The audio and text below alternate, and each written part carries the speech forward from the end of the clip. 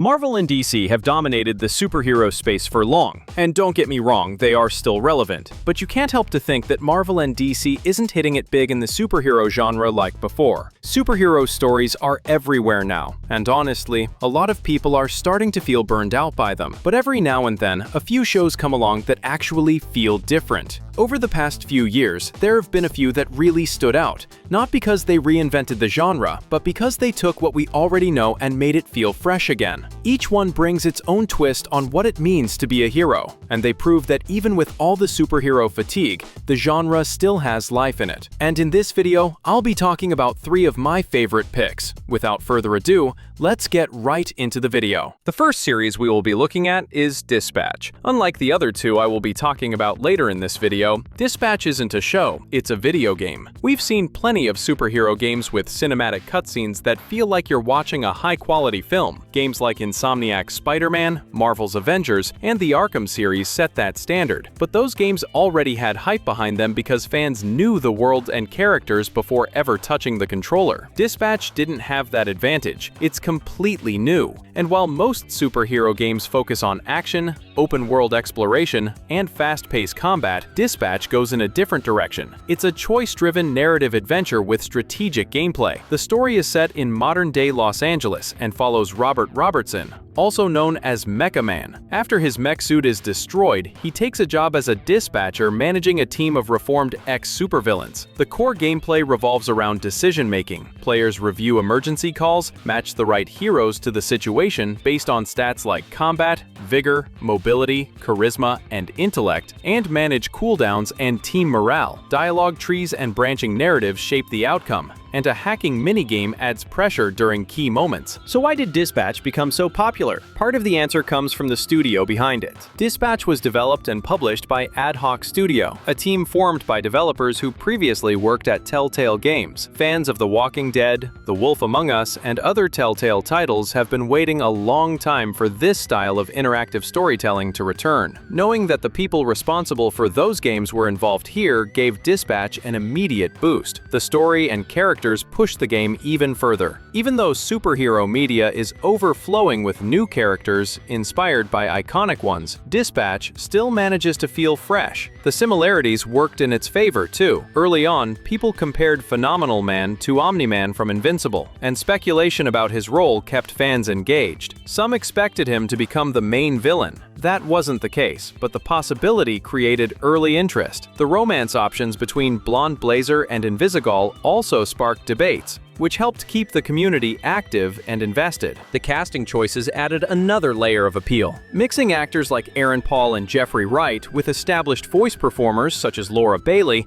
gave the game credibility. Bringing in influencers like Moist Critical and Jacksepticeye introduced the game to millions of viewers, which helped it spread beyond core narrative game fans. The weekly episode release format also contributed to its success. According to one of the founders, Michael Chung, the team borrowed a structure television has used effectively for decades. Weekly releases maintain anticipation without leaving players waiting long enough for the excitement to fade. For me, Dispatch is a game I genuinely enjoyed. The story, the characters, and the gameplay feel fresh, and it's no surprise it became a success. Season 1 has wrapped up, and with the rumors of a second season, this won't be the last time we see Dispatch. The second series we will be looking at is The Boys. The first time I watched it, I was confused and kept asking myself what the show was even about. There are a lot of uncensored moments in the series that you will never see in a traditional superhero show. Despite that, Prime Video's The Boys is not only the most popular series on Amazon's platform, it consistently pulls higher viewership than some Marvel shows. The series is now in its 4th season and has racked up billions of views. The mature content hasn't slowed it down. The Boys is crude, extremely violent, and even its biggest fans admit that it crosses the line often. None of that affects its popularity. The reason is simple. The Boys is a superhero series that breaks the rules of the genre at a time when Marvel's formula is starting to struggle. For over a decade, the MCU shaped what audiences expected from superhero stories. The Boys take those expectations and flip them. Instead of telling a story with clear heroes, it presents a world where no superpowered person is truly heroic. That makes the show compelling telling. Homelander and the rest of the Seven pretend to fight for justice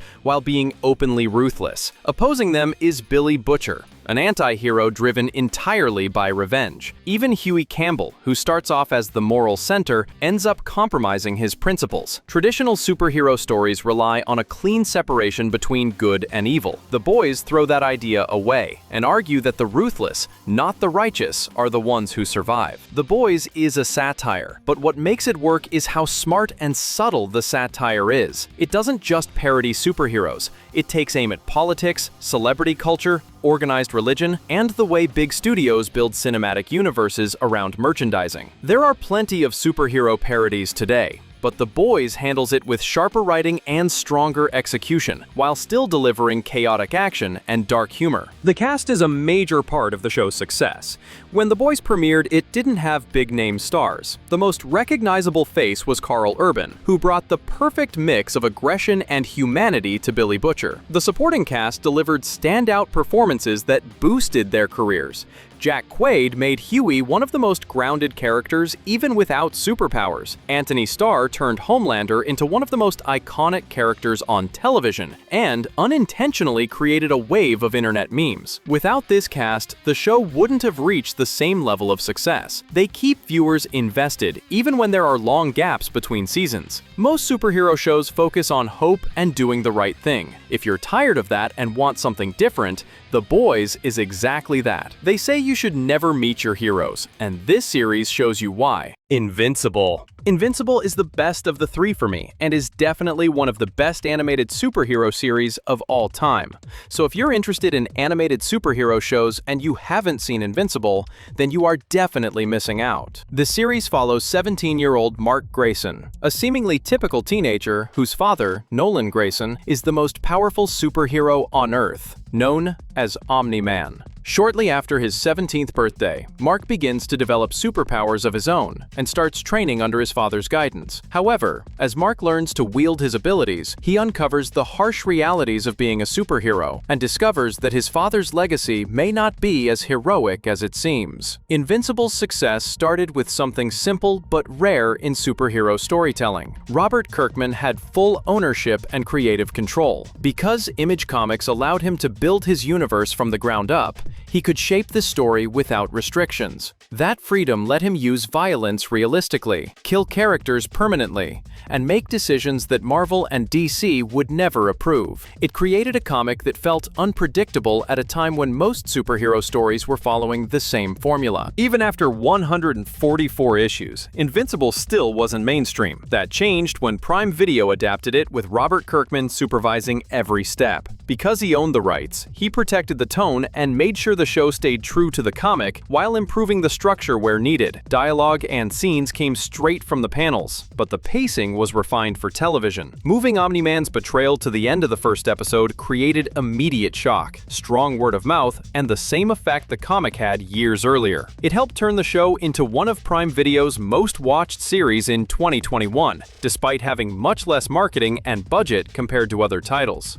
The cast also played a role. Seth Rogen helped shape the adaptation and appeared in it. J.K. Simmons and Steven Yeun elevated the performances and gave the series a level of quality that stood out. Thanks to the show, comic sales climbed again, and new readers joined the fandom. Invincible became known beyond comic shops and started to feel like a franchise instead of a cult title. The series maintained its strength in Season 2. Even though it didn't dominate pop culture the same way Season 1 did, it still tripled the premiere viewership. It handled multiverse storytelling without losing focus on the main characters. It expanded Debbie's story, deepened Eve's arc, grew Donald's role, and strengthened Mark's emotional decisions. The show even improved on certain parts of the comic, especially in how characters reacted to major events. Viewers connected to these developments, which is why emotional scenes had impact even when the action slowed down. Invincible became successful because it blended creative freedom, unpredictable storytelling, emotional weight, and a faithful adaptation adaptation overseen by its creator. It became one of the best superhero series because it treated its characters seriously, pushed the genre forward, and delivered consistent quality that rivaled the biggest studios without relying on their budgets or marketing power. Personally, these three series are what still keep me invested in superhero stories and stop me from feeling any kind of superhero fatigue. They are my own favorite picks, and even though there are countless other great superhero series out there, it always comes down to preference. But I'm sure most people will agree with me. If they weren't this good, they wouldn't have become so successful in the first place. Let me know your own favorites in the comment section.